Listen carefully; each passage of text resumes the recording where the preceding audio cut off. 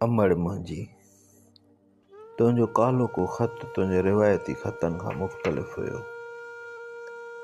ख़त पढ़ी मां कुझु देर ताईं तुंहिंजे बारे में सोचींदो रहियुसि, तोखे यादि कंदो रहियुसि।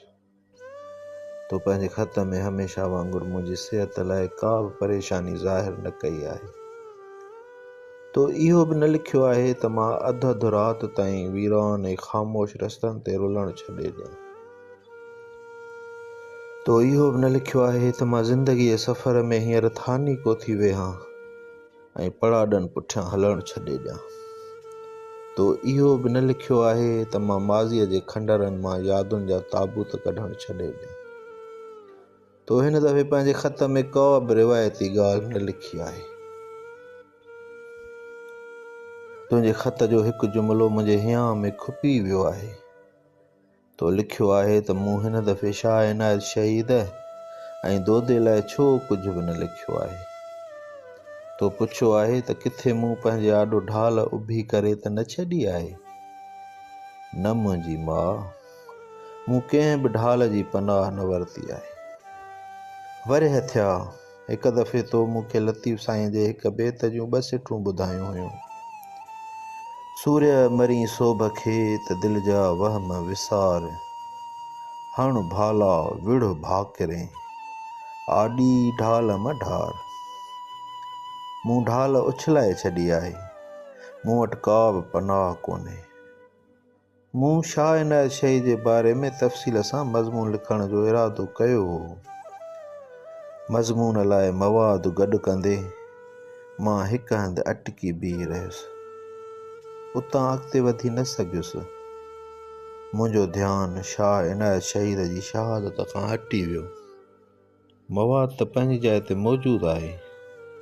मां सोचे रहियो आहियां त शाह इनायत शहीद थी चुको आहे या शहादत जी राह में अॼु ताईं हक़ जी जंग जोटे रहियो आहे।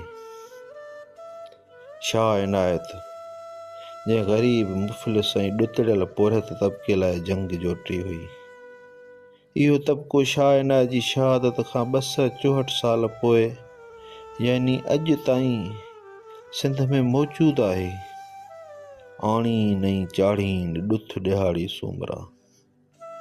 शाह इनायत जी शहादत में बुलड़ीअ जे सैयद अब्दुल वासिअ, नूर मोहम्मद पली जे ऐं हमल जत ज़मींदार जो हथु हो। शाह इनायत खे शहीद करण खां पोइ अॼु ताईं अब्दुल वासिअ, नूर मोहम्मद ऐं हमल जत जीअरा आहिनि ऐं उहो ई कमु करे रहिया आहिनि जेको अॼु खां 264 साल अॻु कंदा हुआ। अॼोके दौर में फ़क़ति संदन नाला बदिलिया आहिनि। जॾहिं सिंध जो ॾुतड़ियल अवाम जीअरो आहे, जॾहिं अब्दुल वासिअ, नूर मोहम्मद ऐं हमल जत जीअरा आहिनि, तॾहिं शाह इनायत कीअं मरी सघे थो। तंहिं करे मुंहिंजी अमड़, मां शाह इनायत जी शहादत ते मज़मून लिखी न सघियुसि। बाक़ी रहियो दोदो शहीद। सोचियो हुयुमि हिन साल रूपा माड़ी वेंदुसि ऐं दोदे जे उर्स जो अखियुनि ॾिठो अहवालु लिखंदुसि, पर मां ईअं करे न सघियुसि। पोइ हिकिड़े ॾींहुं दोदो मूंखे हेकलायुनि में मिलियो। ॿुधायईं त खेसि रूपा माड़ीअ मां तड़े कढियो वियो आहे। सूमरा शहीद दोदा नाले कंहिं शख़्स जो बोर्ड संदसि तुरबत ते लॻायो वियो आहे। जीजल मुंहिंजी माउ, मां जलावतन दोदे शहीद ते मज़मून लिखंदुसि, पर उन लाइ मूंखे कुझु घड़ियुनि जी मोहलत घुरिजे। दोदे जे उर्स जूं तस्वीरूं जेके अख़बारुनि में शाया थियूं आहिनि, उन्हनि में दोदे जो बोर्ड ॾिसी सरापजी वियो आहियां। मां शहीद दोदो सूमरो जो बोर्ड ॻोल्हे रहियो आहियां।